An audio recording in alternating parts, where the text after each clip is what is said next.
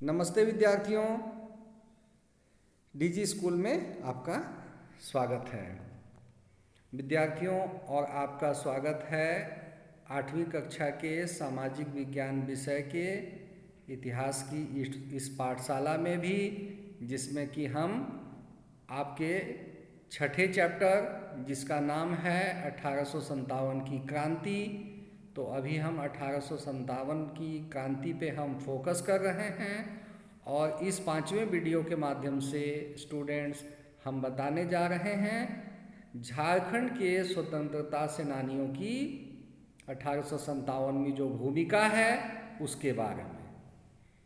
तो चलिए हम लोग आगे बढ़ते हैं और जानने का प्रयास करते हैं कि 1857 की क्रांति में हमारे क्रांतिवीरों की क्या भूमिका थी।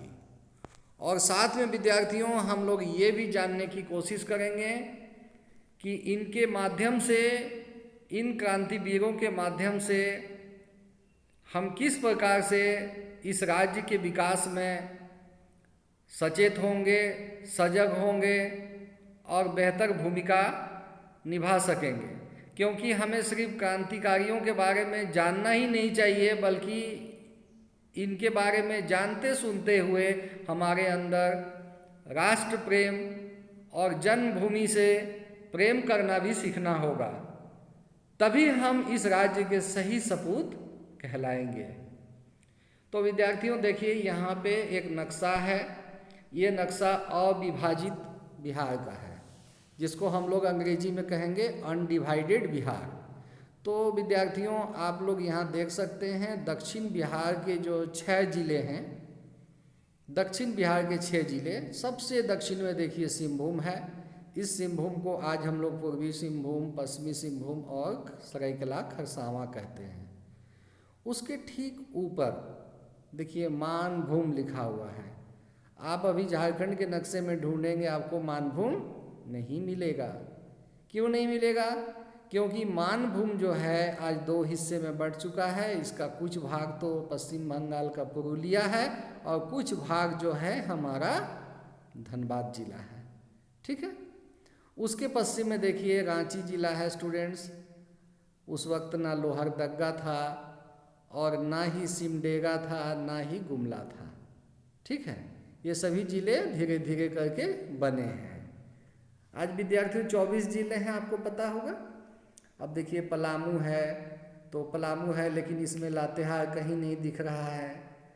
उसके बाद चतरा कहीं नहीं दिखाई दे रहा है, गढ़वा कहीं नहीं दिखाई दे रहा है। तो क्या उसका अस्तित्व तो उस वक्त नहीं था? होगा, वो छोटे रूप में होगा, लेकिन जिला का नाम पलामू था। उसी तरह से देखिए हजारीबाग तो है लेकिन गिरिडीह नहीं है। और उसी तरह से संथाल परगना तो है लेकिन यहाँ कहीं नहीं लिखा हुआ है। साहेबगंज, गोड्डा, पाकुड़, जामताड़ा, देवघर, दुमका नहीं लिखा हुआ है ना विद्यार्थियों। तो आप समझ जाइए। देखिए जब इतिहास आप पढ़ रहे हैं तो ऐतिहासिक चीज़ों को आपको ध्यान से समझना चाहिए और उसको धरोहर के रूप में इसको हमें संजो कर भी रखना चाहिए। ठीक है। उसी तरह से देखिए पश्चिमी बिहार का एक जिला है शाहाबाद, है ना। आप कहेंगे कि सर आप मैप पढ़ाने लगे। देखिए मैप नहीं पढ़ा रहा हूँ बच्चों, लेकिन मैप तो पढ़ाऊँगा, इसलिए कि इतिहास यदि जानना है तो आपको ऐतिहासिक चीज़ें जाननी होगी।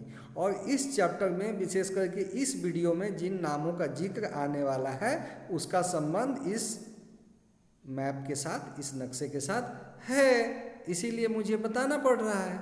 अब आगे बढ़ते हैं। चलिए देखिए संथाल विद्रोह 1855 राजमहल की पहाड़ियों में आज का साहेबगंज जिला। ठीक है। आज का साहेबगंज जिला आप देखेंगे एकदम गंगा नदी से सटा हुआ हमारा पूर्वोत्तर जो जिला है ना, पूर्व और उत्तर, पूरब उत्तर, है ना। एक तरफ बंगाल से सटा हुआ, पश्चिम बंगाल से सटा हुआ, एक तरफ बिहार से, है ना, वो साहेबगंज जिला है। वहाँ पे संथाल विद्रोह हुआ। तो संथाल विद्रोह स्टूडेंट्स आप साल को थोड़ा ध्यान से देखिए, 1855, है ना। यानी 1857 की जो क्रांति है उससे 2 साल पहले हमारे क्रांतिवीर जो हैं वो अंग्रेजों से लोहा ले चुके थे, ले लिए थे, है ना।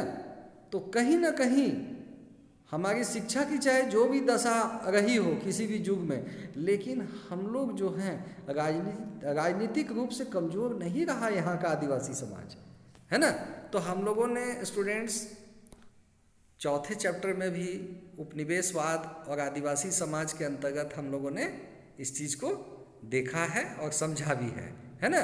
तो चलिए हम लोग आगे बढ़ते हैं। देखिए ये जो चित्र है ये संथाल विद्रोह का है और ये चित्र आपके पाठ्य पुस्तक का है, ठीक है। अब देखिए स्टूडेंट्स, अब हमें जानना है कि 1857 की जो क्रांति है उसके क्या कारण थे। तो 1857 की जो क्रांति है वो झारखंड में उसका क्या कारण था।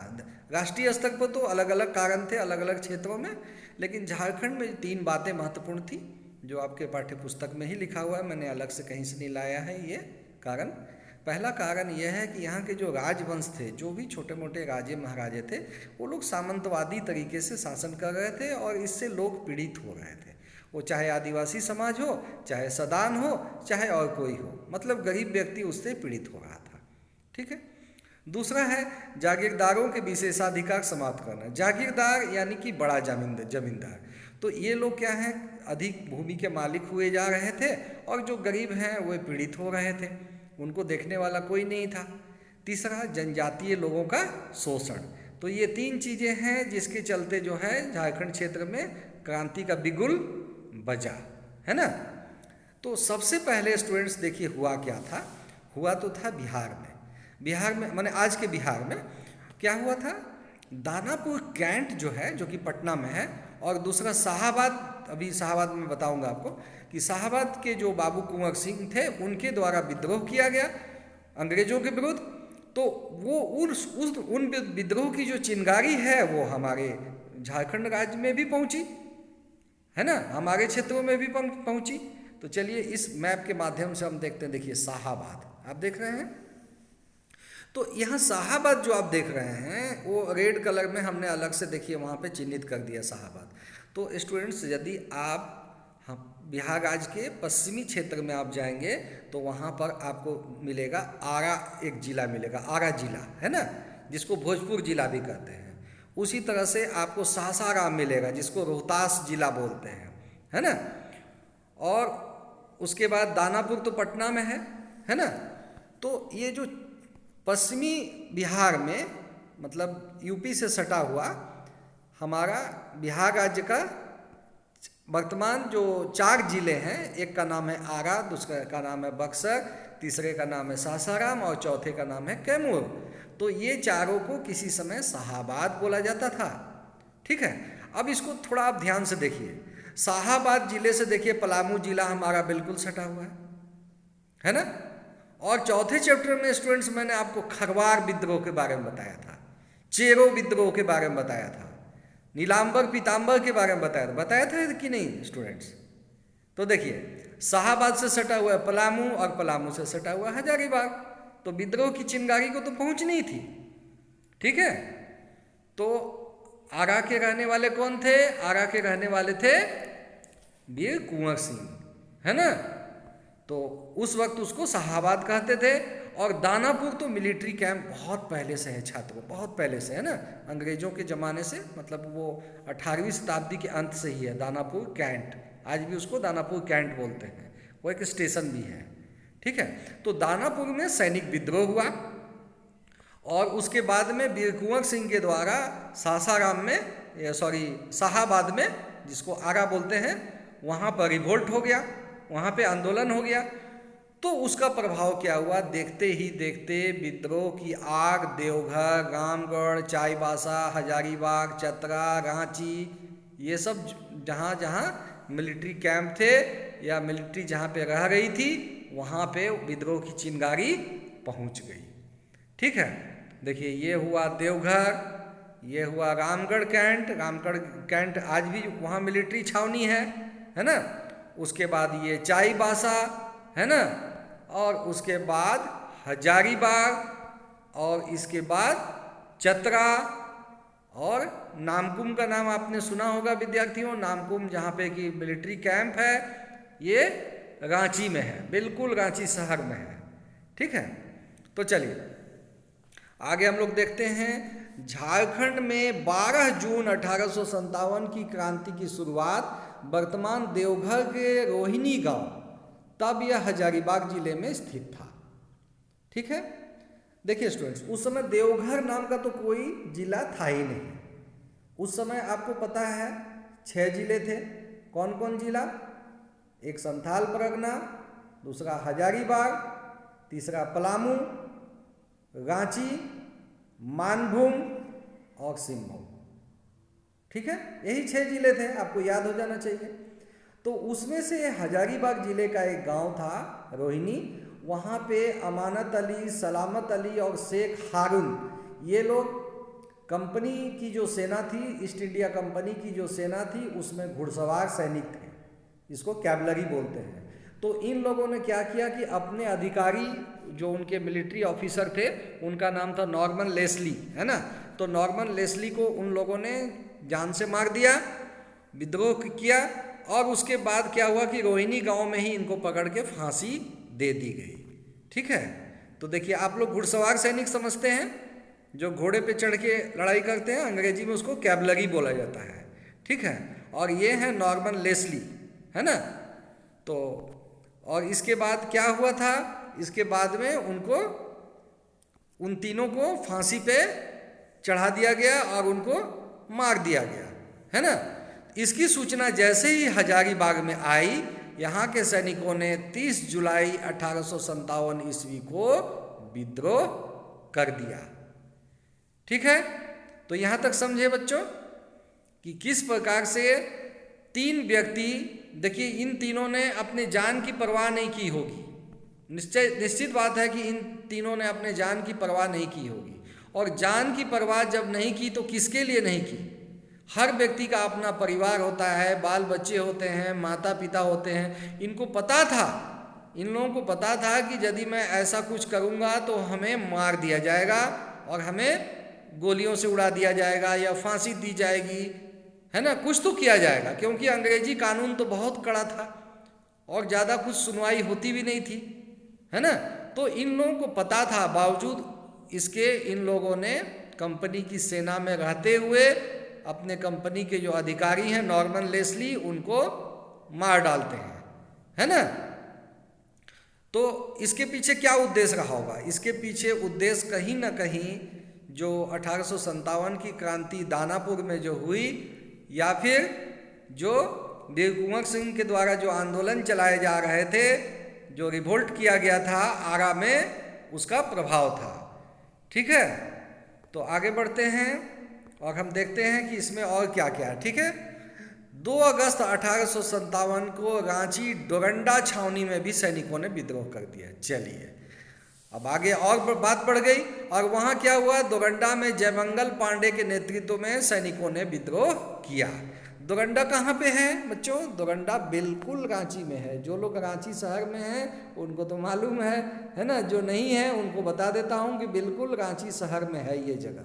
ठीक है, उसके आगे देखिए, जयमंगल पांडे जी की स्मृति यदि आप देखना चाहेंगे तो ये स्मृति जो है वो चतरा में बनी हुई है।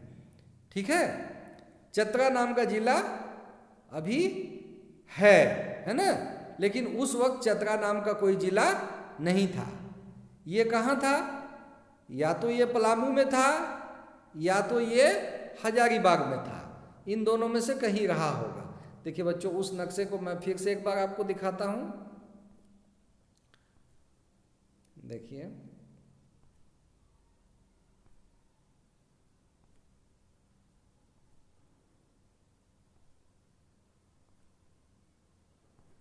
बच्चों इतिहास की जो जानकारियाँ हैं उनको जैसे जैसे हम लोग विजुअलाइज करते हैं तो वो चीज़ें ज़्यादा स्पष्ट होती है।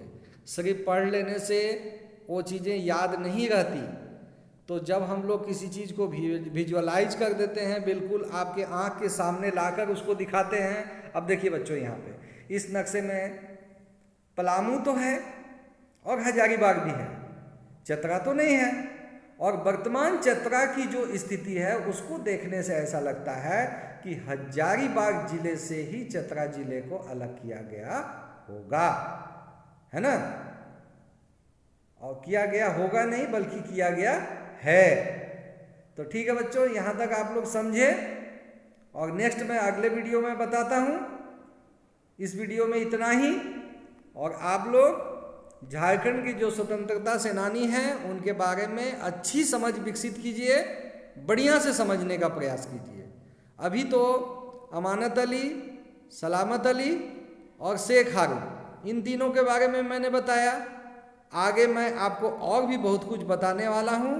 आप वीडियोज़ में बने रहें और इसी तरह से आप अपना ज्ञानवर्धन करते रहें।